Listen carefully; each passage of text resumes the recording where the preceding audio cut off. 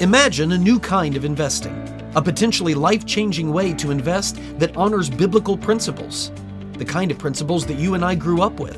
Since 1994, Timothy Plan has made biblically responsible investing possible, offering mutual funds and ETFs that are filtered for biblical principles. Don't compromise your values. Invest with Timothy Plan. Ask your financial advisor or call Timothy Plan at 1-800-TIM-PLAN. Again, that's 1-800-846-7526 and discover what it means to be a biblically responsible investor. Investing involves risk, including possible loss of principal. Before investing, carefully consider a fund's investment objective, risks, charges, and expenses contained in the prospectus available at timothyplan.com. Read carefully before investing. Mutual funds distributed by Timothy Partners Ltd. and ETFs distributed by Foreside Fund Services LLC. As a paid testimonial, there is no guarantee of future performance and each experience will differ. Well, hello again. Welcome to the Memo Pod. I am thrilled that you are with us, and we got a full one today. I'm going to start off with a little scientific consensus. We're going to hit the monkeys, the molecules, the evolution, the COVID masks, the Greta Thunberg climate change. We're going to hit it all because I'm a little tired of something, and I think that we need to acknowledge exactly what's going on. So we'll get to that in 1 second. Also, for those of you who are paid subscribers, and I'm telling you, those of you who are free subscribers that are going to get this beginning part, this is the day that you might want to consider giving us a shot. Giving us a shot as paid subscribers for $8 a month, or the cheaper rate, the $80 a year. This is the day you may want to, because I have been adamantly opposed to the idea that this country ends in some sort of national divorce, where the two irreconcilable sides split and they go in two different directions. And there's been a lot of reasons why I've said that.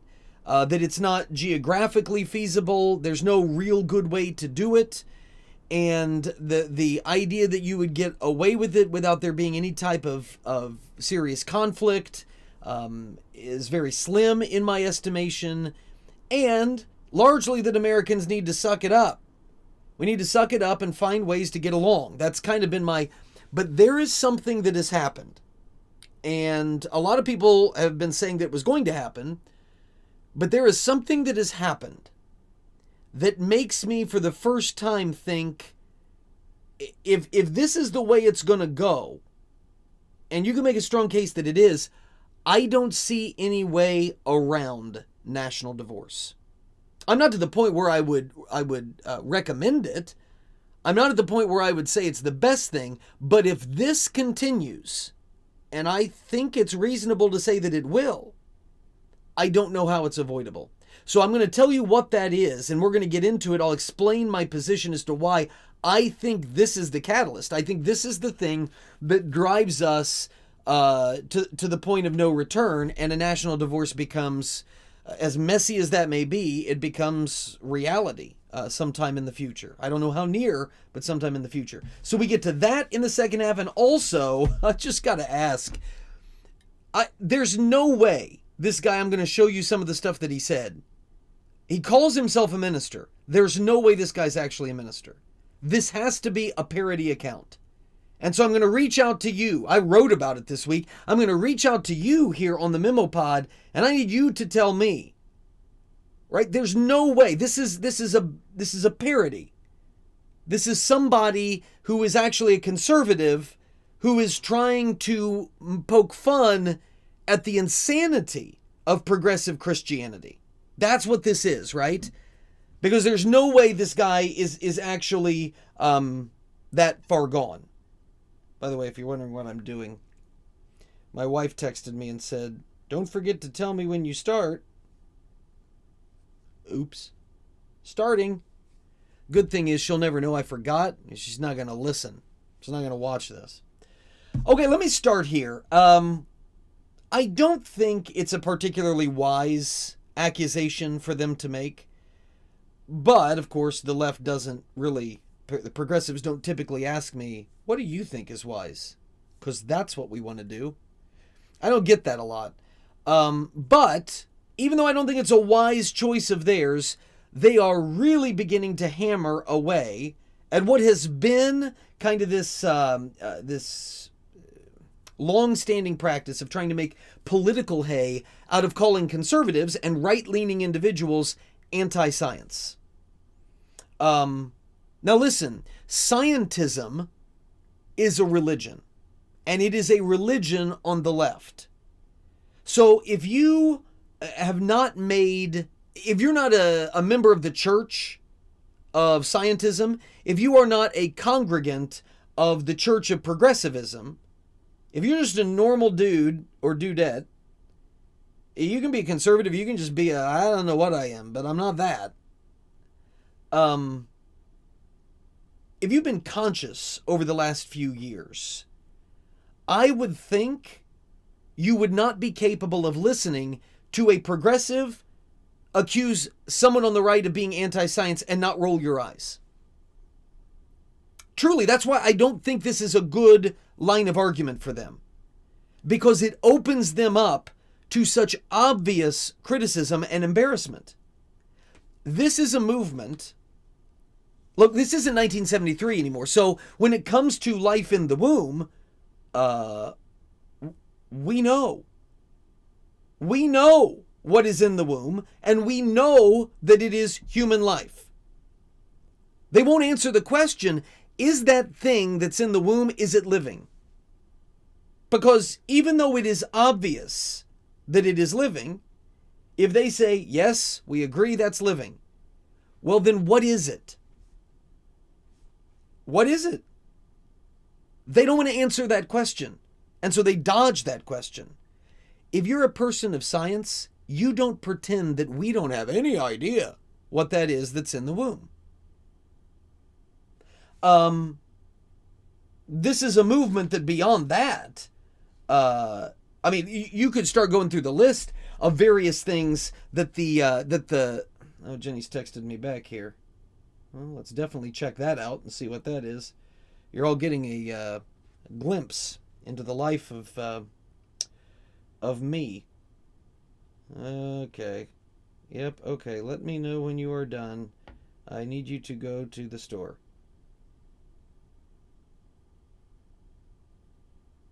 What do I do here?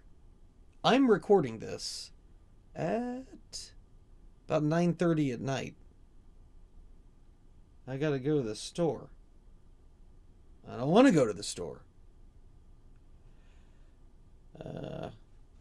Okay. That's how you do it. It really is how you do it. Okay, this is a movement. Sorry, I lost. No more text. I've turned it off now. I'm not going to pay any attention to it. I'm just now with you. But now y'all know how things operate at the Heck House. Not that you didn't already. But this is a movement that promotes the idea that men can get periods. Right. How can you call someone anti-science when you're saying that? This is a movement that advocated for school closures during COVID, that wanted to put face masks on toddlers, even though they knew toddlers weren't going to wear them, even though they knew they were going to drag them through the mud. It was going to be a lot worse for them. Nah, that's what this movement is.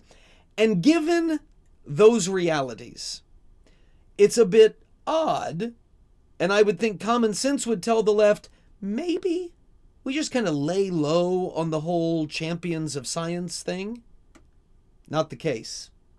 Some guy, I'm looking at this here, John Byrne Murdoch. Now, I don't know who John Byrne Murdoch is, but he fancies himself some sort of supporter of science.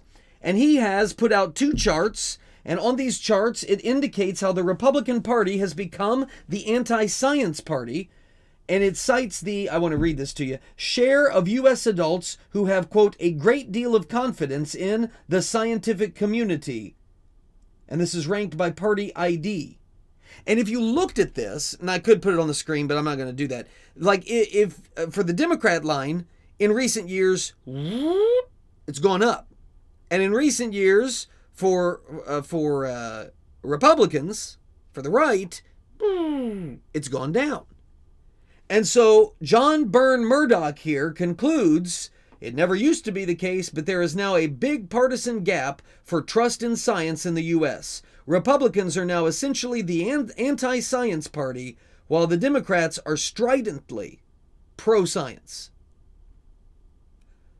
The party that wants to castrate children and says that men can get periods. The party that wants to pretend that we don't know what that is in the womb. The party that still wants to put on face masks, even after everything that we know now. That's stridently pro-science. Now, I would agree, by the way, if he would have worded it, they are stridently pro-scientific community. Yeah, I'd agree with that. You see, that's what Republicans are saying, no, we don't agree with. We don't agree or have much confidence in the scientific community, because the scientific community is telling us a bunch of stuff that is obviously not true. Now, I understand that this is propaganda. I'm not an idiot. I understand that that's what this is. This is about pushing a political narrative. They're not really defending the sanctity of science with this, because they know, by the way, that the media is going to carry this forward. The media is going to carry their water and is going to say, oh yeah, well, look at this party. They are totally out in, well, in this case, right field, and totally rejecting what the scientific community is saying. Right. Here's why this has happened, and I'm trying to see how I can word this. The left has long since abandoned any notion of a moral authority to the universe, a creator God to the universe. The left has long since, as it's embraced secularism, has long since denied even the binding reality of natural law. They don't do that.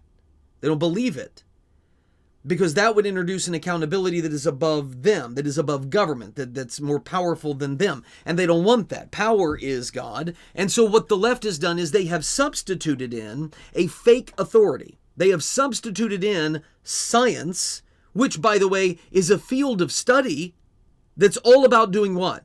It's a field of study that is all about challenging this long-established belief. You take long-established belief, and what science actually is somebody coming along and saying, I want to test something here because I don't know that this is completely accurate. So testing the status quo, running experiments and coming up with new ideas, and then collecting and analyzing and interpreting the data. That's what they would do. That's what science is actually all about. But now they've taken this field that is about inquiry, and they have substituted it in for absolute metaphysical truth. And what has been the consequence of doing that? There's been profound consequences for doing that. This presupposed, as you just saw the hurt guy say, scientific community or scientific consensus that we're all to believe is the final authority on matters that go well beyond the boundaries of scientific inquiry. I mean, you got the COVID debacle, climate change, all of these scams that are out there.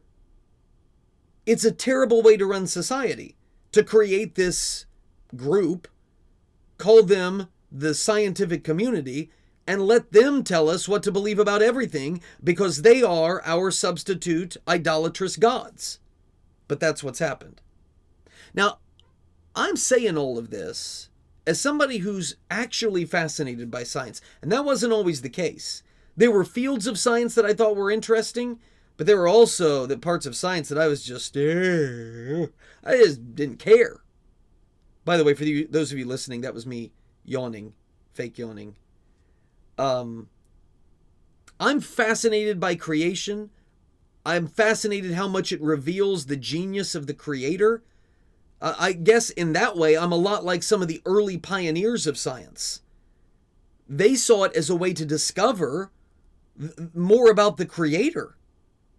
That's what drove many of the early scientists, not to try to find a way to explain existence and reality apart from a creator, but look at all of this. Look how magnificent the mind behind this universe must be. And that's what I think science is. That's what science should be. And it's why what the left is doing, in essence, destroying science and the value of the field, I find it really discouraging, almost depressing, because the entire field is about concocting theories and running experiments and collecting data and then offering interpretations of that data. And then we have it out as to whose interpretation is actually right. But now we are at a point where we will ignore people who don't agree with us. The scientific community will say this is what it is. And if you disagree with that, then you are anti-science, and the government must impose whatever the scientific community has claimed and make everybody abide by it. That isn't science. That's authoritarianism is what it is. It's an oligarchy is what it is. Let me give you an example of what I'm talking about, okay? And I've used this example before in other scenarios. Let's say that a bunch of scientists go up on Mount Ararat in Turkey, and slowly being revealed under a melting glacier is this giant barge-like object of petrified wood. All right. I might be inclined to shout at everybody something like, science has proven the existence of Noah's Ark and the validity and authority of the Bible. No, it hasn't.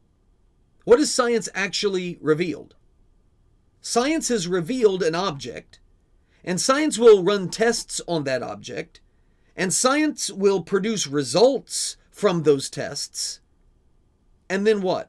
From that point, flawed people are going to take that information and they will produce their own interpretations of what it means. And those interpretations, whether this points towards the idea that Noah's Ark was real, or their ideas are, no, this is just a giant convention center that was built by the ancient Sumerians. I'm just trying to come up with what an alternative theory would be. But that would be the potential interpretations. And those interpretations are far more about your preconceived ideas and the narrative you already believe in, far more about that than they are actually having to do with science or the sanctity of science or the sacredness of the scientific method. I'll also say that the whole scientific consensus thing is really kind of embarrassing when you know there was one point in time where there was scientific consensus that the earth was flat. And there was one point in time where there was scientific consensus that the sun orbited the earth. And there was one point in time where there was scientific consensus that sickness was caused by bad blood and people had to have leeches attached to them and do bloodletting.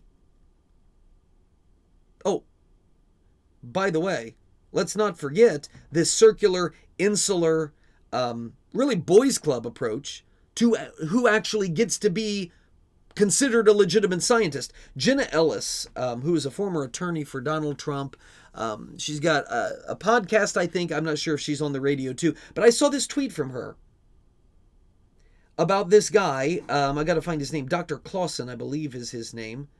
John Clauser, sorry. This John Clauser guy is a Nobel Prize winning scientist, but he has now been canceled and rejected from the scientific community. Why? Because he disagrees with the scientific consensus on climate change, on man-made catastrophic climate change. You see, this is the perfect con. This is what they do. Progressive secularists have used it for a long time.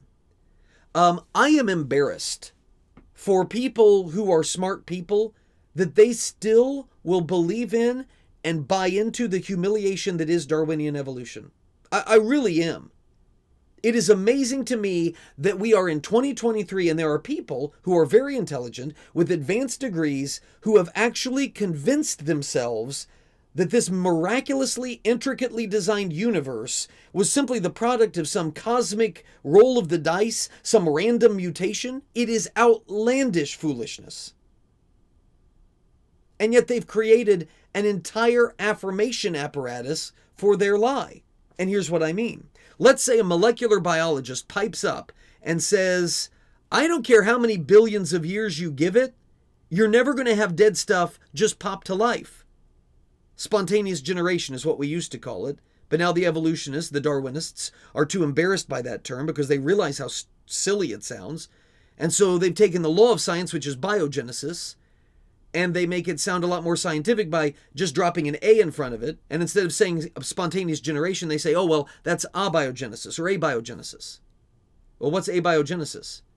Well, that is the one time in history when dead stuff became alive. Do we have any evidence for it? No. Is there any hope of repeating it? No, probably not. So we just accept it on faith that's what occurred. So let's say you got a molecular biologist who says, no, that it's stupid. It's hilariously anti-intellectual to believe that dead matter would suddenly generate and become alive. It doesn't happen. But the moment that molecular biologist says that, he's immediately drummed out of the club, he is stripped of his scientific credentials, and he's ignored. And so when the media runs its next story on the confidence level that scientists have in Darwinian evolution, well, it's going to be sky high. Why? Because all of the people that disagreed are run out of the group and aren't allowed to participate anymore. That's brilliant. And that's what Ellis was pointing out about the Dr. John Clauser situation. He is stripped of his credentials and stripped of his integrity and character. I shouldn't say integrity. That's not the word I'm looking for. Stripped of his credibility in the scientific community because he disagrees with the climate change nonsense. He disagrees with it. So he's no longer a scientist. And so when you see 97% of scientists agree, all right, because you don't count the people that disagree. They don't count. Oh, they're just quacks. It is such a racket. I mean, if you stop and think about it, that you share a common ancestor with a fern. That's what the experts still believe. It's an example of the type of racket they're running, but it's far from the only example.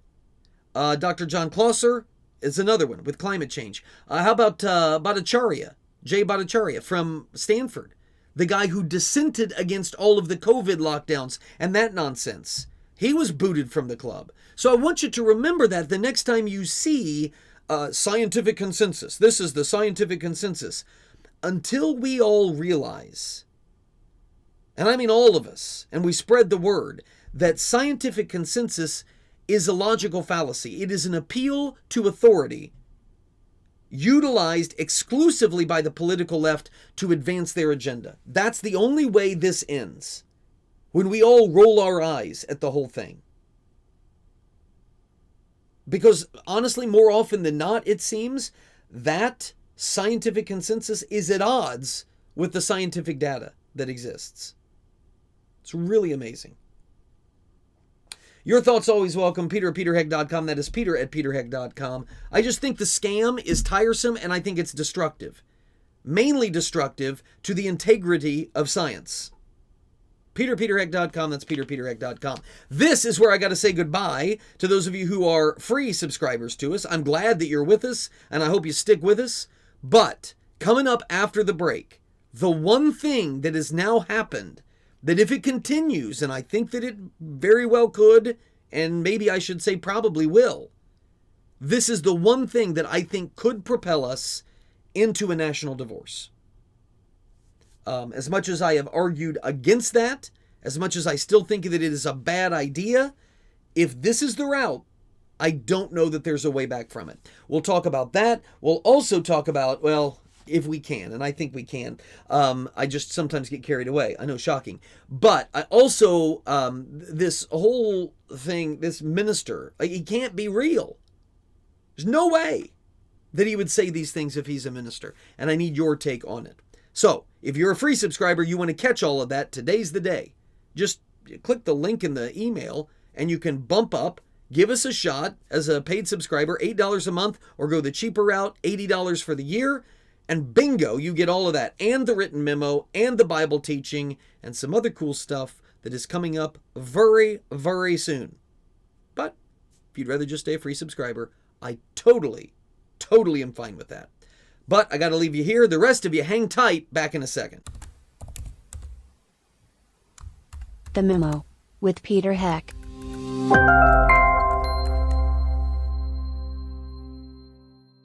Please patronize and thank all the sponsors of the Heck podcast, including McGonagall's Buick GMC, Terrell's Auto Service, Norris Insurance, Stevens Machine, Creative Financial Center, Indiana Right to Life, Tri-Green Tractor, the Indiana Family Institute, Hartman Family Farms, Liberty Financial Group, the Wyman Group, and J. Watson Creations.